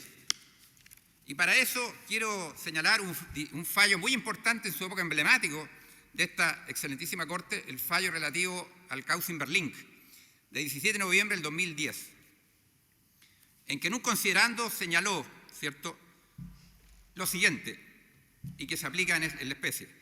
Dice que la tipificación de los delitos culposos, o sea, injustos, que el factor de imputación del reproche penal por parte del Estado es la sola negligencia y no el dolo, resulta excepcional, dice, en nuestro ordenamiento, como lo declaran artículos que cita del compendio político. Y en general dice que es reservada ilícitos contra las personas. Pero dice, pero esto ocurre, dice, tratándose, especialmente ocurre también, dice, en los casos de declaraciones tributarias en que se emplean formas lingüísticas capaces de delimitar con nitidez el tipo doloso del culposo. Habla el considerando 12º, dice que la palabra malicioso, en este caso dice, no se trata de locuciones que requieren un dolo específico, distinto del genérico, que señala el artículo 1 del Código Penal, ya que solo tiene el concreto designio de lindar la figura culposa al número 3. O sea, este fallo de esta excelentísima Corte, en ese caso emblemático en Berlín, dice que cuando el Código Tributario habla en este tipo penal y en otras figuras penales maliciosamente, lo hace para recalcar que existe el dolo solamente porque lo distingue de que hay otra figura en el artículo 97 en que la figura se castiga a nivel de delito culposo. ¿Ya? Entonces, para distinguir, para hacer un énfasis, aquí hay dolo, aquí no hay dolo, señala la palabra maliciosamente. Y es la interpretación que en nuestro juicio es la correcta, dada por esta excelentísima Corte en el fallo Inverlink. Justamente eso demuestra que los pretendidos exigencias superiores de dolo o elementos subjetivos que nos ha indicado el defensor no hay tales. Y se cumplen, por lo tanto, en la especie, de acuerdo a los antecedentes que ha dado el Ministerio Público, plenamente los elementos a ese respecto. Y en esa materia quiero destacar que en el fallo de la Ilustrísima Corte de Apelaciones hay una prevención del ministro señor Cepeda, que justamente al analizar el tipo penal dice que este es un delito de peligro. Ya, es un delito de peligro. Y ante eso razona de cuál es la exigencia al dolo ante un delito de peligro. ¿Ya? Y dice, plantea la cuestión del tipo subjetivo sin duda alguna, dice que el dolo consiste solamente en el conocimiento íntegro de los elementos del respectivo tipo objetivo. ¿Y cómo no lo va a tener un senador que participó como diputado cuando se discutió el tipo penal? ¿Cómo no va a conocer los elementos del tipo, cierto? Como puede, dice, darse en todos los delitos tributarios. Y además requiere, dice, la voluntad de realización del tipo escrito por la norma, ni más ni menos como ocurre con todos los delitos de peligro. Dice, por lo que si la figura penal protege específicamente el bien jurídico, evitando el ocultamiento de figuración del verdadero monto de las operaciones realizadas derechamente eludir el impuesto, el dolo directo que se requiere es pretender burlar los impuestos. En consecuencia, dice la argumentación de la defensa de que pudiera haber actuado el senador Moreira impulsado por la fuerza y financiar una campaña a todo costo, Dice, carece de sustento jurídico, pues ello no afecta en absoluto la identidad de los elementos del delito que se verifican en los antecedentes reunidos. Nos parece muy importante esa prevención que hace el señor Cepeda ya en el fallo de la Ilustrísima Corte de Apelaciones de Santiago. Como vemos, su señoría la excelentísima, ya nos parece que los estándares para acoger la solicitud de desafuero se cumplen plenamente. Ya aquí claramente el tipo penal aparece que se ha cometido, ¿cierto? Y por lo demás, como también está acreditado en auto, la empresa utilizó estas boletas y rebajó los gastos. O sea, la primera parte se cumplió y la segunda parte también se cumplió. Y en segundo lugar, nos parece que desde el punto de vista del elemento subjetivo está absolutamente acreditado ese elemento, tanto por las características del sujeto, en este caso el senador Moreira, que participó, como dije, en esa discusión cuando se creó este tipo penal, y además porque él tiene conocimiento de esta naturaleza, como lo dice su giro de asesorías. ¿Ya? Lo que se une a esta relación con la empresa Penta, en que obviamente es una empresa de primera categoría, no cualquier empresa, una empresa de primera categoría que lleva contabilidad completa, ¿ya? Y que cuando se ve los correos que ha señalado el Ministerio Público, los diálogos con el señor Bravo, no cabe duda que es una persona que conoce este tema de negocio. Aquí no estamos frente a un neófito en la materia, es una persona que conoce perfectamente de qué estamos hablando. Entonces, ¿cómo no se podría pensar que a lo menos él tuvo conocimiento que al entregar esta boleta se podía descontar gastos y que estaba posibilitando, como lo dice el tipo penal, para cometer o posibilitar? Creo que es muy importante ese concepto. ¿Ya? Por lo cual, nos parece que ese elemento también está absolutamente acreditado con lo que ya existe en la especie y supera el rango de lo que se requiere para acoger un desafuero. ¿Ya? Es por todo lo anterior, señoría, excelentísima, que estimamos que todos los elementos para que se acoja un desafuero aquí se han cumplido en la especie perfectamente. Y en cuanto al relato de los hechos en sí, el Ministerio Público me ahorra comentar eso, puesto que relató en detalle el tema de las boletas, los montos, etcétera. No voy a repetir eso porque la idea no es aburrir esta excelentísima Corte con alegaciones inútiles. ¿Ya? Y creo que me he centrado en ese aspecto que me parece esencial para dejar claro que lo que dice el señor abogado Saliasnik, distinguido colega, aquí no hay ninguna persecución punitiva a través del delito tributario, o sea, lo que ha dicho él que se ha utilizado. No, Impuesto Interno recopiló antecedentes en base al oficio respectivo del Ministerio Público, se investigó esto y se recopiló y se analizó, a través del Departamento de Delitos Tributarios y se llegó a la conclusión de que estábamos presentes un delito tributario. No se ha utilizado ninguna arma, ni un meandro, como dijo él, como decía el profesor Rivacoa, para atacar a un personaje haciendo una discriminación respecto a otros contribuyentes. Todo esto obedece a un proceso racional llevado a cabo de esa forma como un procedimiento normal que lleva el Servicio de Impuesto Interno. Por todo lo anterior, su señoría excelentísima, que solicito a esta excelentísima Corte, ¿cierto?, que se confirme en todas sus partes el fallo de la Ilustrísima Corte de Apelaciones que acogió la solicitud de desafuero del señor Iván Moreira Barros. Muchas gracias. Muchas gracias, señor abogado. Como les habíamos anunciado, hay una réplica de 5 minutos por cada uno que se iniciará del mismo modo de los alegatos, rogándoles por favor que no se pasen de los 5 minutos. Señor Así lo haré, Saliasnik, señor por el presidente. senador, puede usted alegar. Directo al grano, señor presidente. Aquí, y con humildad, definitivamente, como decía el señor Curia, hay una ampliamente desacertada interpretación del tipo penal. Mis distinguidos contradictores han puesto el énfasis, uno, en el verbo posibilitar de la figura del artículo 97 y mi distinguido contradictor del Servicio de Impuesto Interno ha puesto el énfasis en la expresión maliciosamente para descartar el dolo directo o ver si converge o no el dolo directo, que son hipótesis que yo no he planteado en estos estados.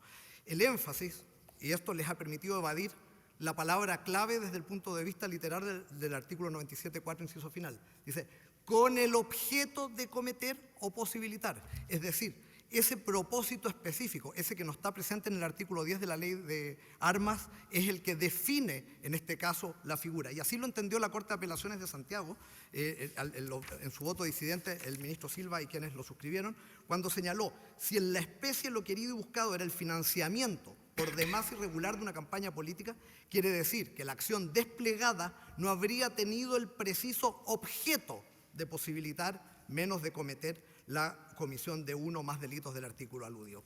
Y entonces, su señoría, aquí definitivamente se desvía como una bala errante, se desvía la figura de lo que aquí interesa que el Ministerio Público tenía que probar. Ese objeto es el que no está aprobado.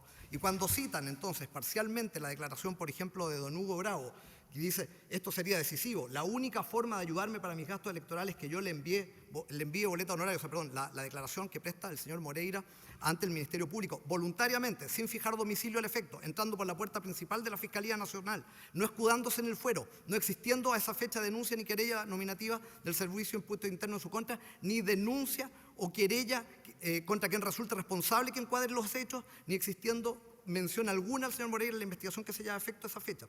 Cuando lo hace, claro, también citan aquí parcialmente porque dice, me pidió, única forma de ayudarme para mis gastos electorales es que yo le envíe la boleta de honorario a personas que trabajan conmigo para poder financiar mis gastos electorales. Dice, yo no conseguí boletas de honorario para respaldar el aporte económico que me hizo Hugo Bravo. Aquí no hay boletas fantasmas, lo que hay son boletas de personas reales que trabajaron activamente en mi campaña desde las primarias. Y se cuestiona, por ejemplo, la situación del señor Montalva, que era en la época de la primaria, era el asesor jurídico del señor Moreira, era su representante para efectos de las inscripciones, para temas electorales. Son gastos electorales. ¿Qué dice la ley de gasto electoral 19.884 a esa fecha? Más allá de que concuerdo con el Ministerio Público que puede no hacerse extensiva necesariamente a ese plazo de las primarias, había un vacío legal. Dice en el artículo 2, dice, para los efectos de esta ley se entenderá por gasto electoral todo desembolso o contribución avaluable en dinero efectuado por el precandidato en lo que corresponda, el candidato, un partido político o un tercero en su favor con ocasión o propósito de actos electorales.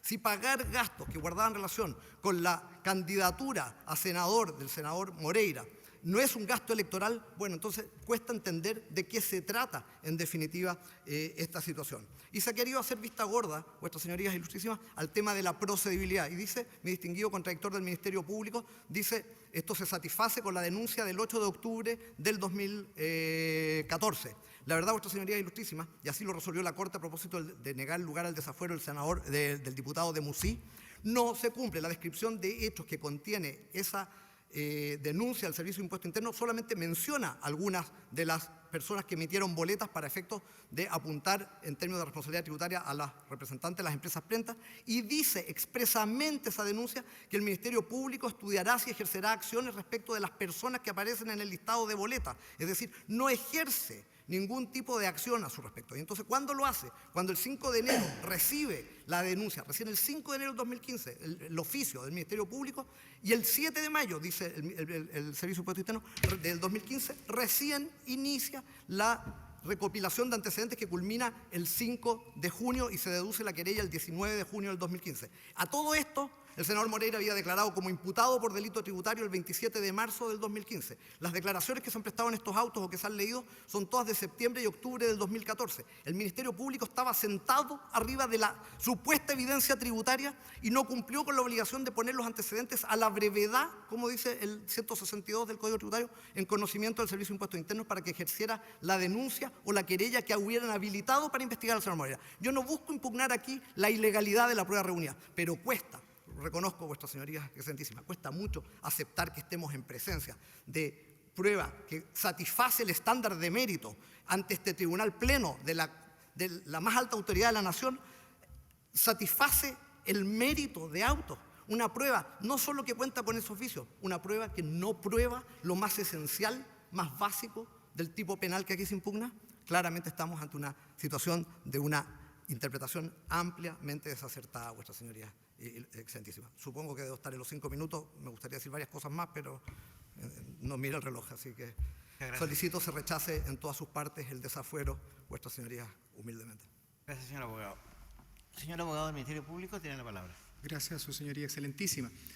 Respecto del tema del elemento subjetivo del tipo, la verdad que no veo ningún apoyo doctrinario por parte del señor defensor para poder establecer de la existencia de este elemento. Muy por el contrario, la doctrina lo que ha señalado de que no ve un elemento especial subjetivo en el tipo, así lo ha dicho el profesor Alex Van Belsen, sino que más bien ha señalado de que se trata de un delito de carácter doloso, pero no con un elemento especial intencional en el tipo objetivo. Creo que eso es una tesis que solo enarbola el defensor tendiente a buscar un elemento, pero así todo creo que concurren bastantes antecedentes en lo que ha esgrimido la Fiscalía para dar por establecido que efectivamente el señor Moreira tenía conocimiento de posibilitar que las empresas del Grupo Penta pudieran cometer estos delitos, en base a todas las declaraciones, los correos electrónicos y la relación que efectivamente él mantuvo. No fue con Hugo Bravo en cuanto a la percepción de los dineros, fue con Empresas Penta. Si él primero intentó comunicarse con Carlos Délano a través de un correo que está agregado, le pide a Hugo Bravo que le dé el correo del Choclo, como se denomina el apodo que tiene el señor Délano para los amigos. Y el mismo señor Moreira reconoce que envió una carta masiva a militantes pidiendo apoyo, y mencionando al señor Délano. Por lo tanto, los dineros los obtienen de Penta, y él sabe, porque Penta es el que le deposita a él esos dos primeros cheques. En cuanto al voto disidente del señor, del ilustrísimo ministro, señor Silva, él no habla de un elemento subjetivo como lo pretende señalar el señor defensor, él habla del dolo, del conocimiento, pero señala de que ese dolo, en cuanto a conocimiento para posibilitar el delito, la Fiscalía no lo habría demostrado, pero no habla y ni señala de que el financiamiento político excluye. Por lo tanto, lo que hay que hacer es valorar si los elementos que la Fiscalía ha mencionado, si es necesario en esta etapa, son suficientes. Nosotros creemos que sí, que son suficientes los elementos para poder establecer de que tenía conocimiento y que tenía una voluntad de posibilitar en Penta la comisión de esos delitos, dado estos correos electrónicos que dan cuenta de información tributaria, dadas las boletas, dado que Bravo le dijo lo único que requiero son esas boletas, y que él manejaba el fraccionamiento de las boletas junto con Bravo en cuanto a empresas, en cuanto a montos, en cuanto a glosas, y que sabía que las glosas eran falsas. Respecto al tema de la procedibilidad, no es un tema que haya planteado el señor defensor en su apelación, sino que es un tema que hoy día él lo plantea en el alegato. Pero es posible de que la Fiscalía no pudiera investigar los delitos tributarios que estaba cometiendo Penta en cuanto a facilitación de boletas por parte de terceros que se registraban en su contabilidad, que no le pudiéramos preguntar a Hugo Bravo respecto de la boleta respectiva que registró en su contabilidad, si ya teníamos la denuncia en contra de los controladores, por ejemplo. Obviamente estábamos facultados y además estábamos investigando otro tipo de delitos, y es una autorización judicial. Nos parece que excede toda la competencia específica de esta excelentísima Corte el que el defensor en estrado indique algo que ni siquiera fue materia del recurso de apelación. Y lamentablemente esa forma de hacer sus planteamientos ha sido la norma en este procedimiento, porque si ustedes observan el evacúa traslado, el evacúa traslado que hizo ante la Corte de Apelaciones, solo cuestionó el estándar probatorio y señaló de que la Fiscalía no iba a cumplir con el estándar probatorio. Y sin embargo, hoy en su apelación incorpora temas como pago por subrogación y una serie de otras materias que en el fondo escapan, pero que no concurren. Respecto de la situación del señor Montalva, que dice que habría prestado, no era abogado, señoría excelentísima, habla de una asesoría jurídica a Penta. ¿Qué asesoría jurídica a Penta? Si eso es falso, no tuvo ninguna relación jurídica con Penta. Y el propio señor Moreira nos dice, Montalva era un hombre en terreno, trabajaba consiguiendo firmas de militantes, hacía trabajo político, el trabajo consistía también en conseguir apoyos de dirigentes. La boleta no dice eso. La boleta no está extendida al señor Moreira, está extendida y está emitida a Penta por asesoría jurídica. También efectivamente indica de que se encargó el proceso previo de proclamación pública, pero no hay una cuestión de carácter jurídico y tampoco es un trabajo realizado a Penta ni que se encuadre ¿Tu tiempo, señor abogado? esto ya, solo termino que no es la boleta, por lo tanto, es falsa, dado que la glosa es falsa y no hay trabajos a Penta. Pido que se confirme la sentencia. Muchas gracias. Señor abogado del Servicio de Impuestos Internos, tiene la palabra. Sí, muchas gracias, señor presidente. Muy breve. Solo me referiré al aspecto que ha señalado mi distinguido contradictor en el ámbito del delito tributario. Él dice que hemos soslayado tanto el Ministerio Público como esta parte cuando se habla de que es para cometer o posibilitar el delito tributario. Él dice con el objeto, dice eso lo elude en el objeto. Señoría, hay algo muy claro. Ya, siguiéndonos a los dichos el señor Moreira, su declaración y la que dice el señor defensor, él afirma que esos gastos se habían prestado a él, o sea que a él se habían prestado esos servicios y que por lo tanto, y que eso podía ser pagado en definitiva por la empresa. Pero bien, cuando él dice que él le entrega estas boletas a petición del señor Bravo, uno tiene que pensar lo siguiente: ¿para qué voy a entregar estas boletas si yo sé, partiendo de la base de lo que dice, si yo sé que esto servicios no se prestan a venta, porque él dice, se prestaron a mí, eran mis asesores. Entonces, ¿para qué entrego boleta a una empresa que no hay relación directa de esos servicios con esa empresa? Uno puede pensar lo siguiente, y que es muy razonable por lo demás, que eran nada más que para que esa empresa obviamente lo utilizara para rebajar su base imponible. Por lo tanto, él ya ahí hay un conocimiento, él no puede ser tan iluso pensar, me están pidiendo boletas, pero ¿para qué será? ¿Para ponerla en un marco? ¿Para ponerlas guardadas por ahí? No, es obvio por la mecánica y los conocimientos que él tiene y cómo se utilizó, que esa empresa nunca ha podido utilizar esa boleta, nunca ha podido utilizarla para descontar como gasto necesario por producir la renta, porque no era un gasto necesario por producir la renta, ya que era un servicio que no se le prestó a esa empresa. Era un servicio, como dice él, que él se dice que se le habría prestado a él. Bueno, entonces, ¿cómo la empresa esa boleta la había poder utilizar como un gasto necesario por producir la renta? Nunca podía haberlo hecho. Eso mismo demuestra que en esa conducta ya está implícita la ilicitud. O sea que él cuando entrega esa boleta sabe que esa boleta tiene que ser mal utilizada. No puede ser no mal utilizada, porque ese es el sentido que dice la norma, que la norma permite que yo descuente la boleta, el gasto consignado en la boleta, en la medida que supone un gasto necesario para producir la renta. Y él dice, no, estos son servicios que me realizaron a mí. Entonces, ¿para qué la empresa le pide esa boleta? Para rebajarla.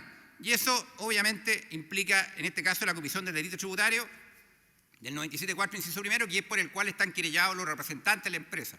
O sea, esa forma, 97.4, inciso primero del Código Tributario. Por eso es que la forma como se realiza esta conducta, se podría decir el iter crimine de esta conducta, lleva implícito que él tiene el conocimiento de que esto va a ser utilizado de esa forma. Estamos hablando ya de un conocimiento claramente, no de un neófito, como dije, sino de una persona que sabe de negocio y que, como dije y reitero, participó cuando se dictó la norma tributaria en la discusión de ella. Por lo cual me parece que ese argumento que ha dado el distinguido defensor no calza, no cuadra, ¿cierto?, con la realidad, cómo ocurrieron los hechos. Es un argumento teórico, pero que no se ajusta a la verdad procesal que consta en la investigación. Eso es todo, señoría. Muchas gracias, señores abogados. Damos por terminados los alegatos y el tribunal va a deliberar, por lo tanto haremos un receso y Con el permiso, señor presidente, dejo de todas maneras Puede hacerlo, 19 minutos de alegato a disposición. Déjelo ahí. Aunque no sea propio de la reforma. Les avisamos entonces en su momento para comunicar la deliberación. Muchas gracias. Muchas gracias. Suspendemos entonces la audiencia.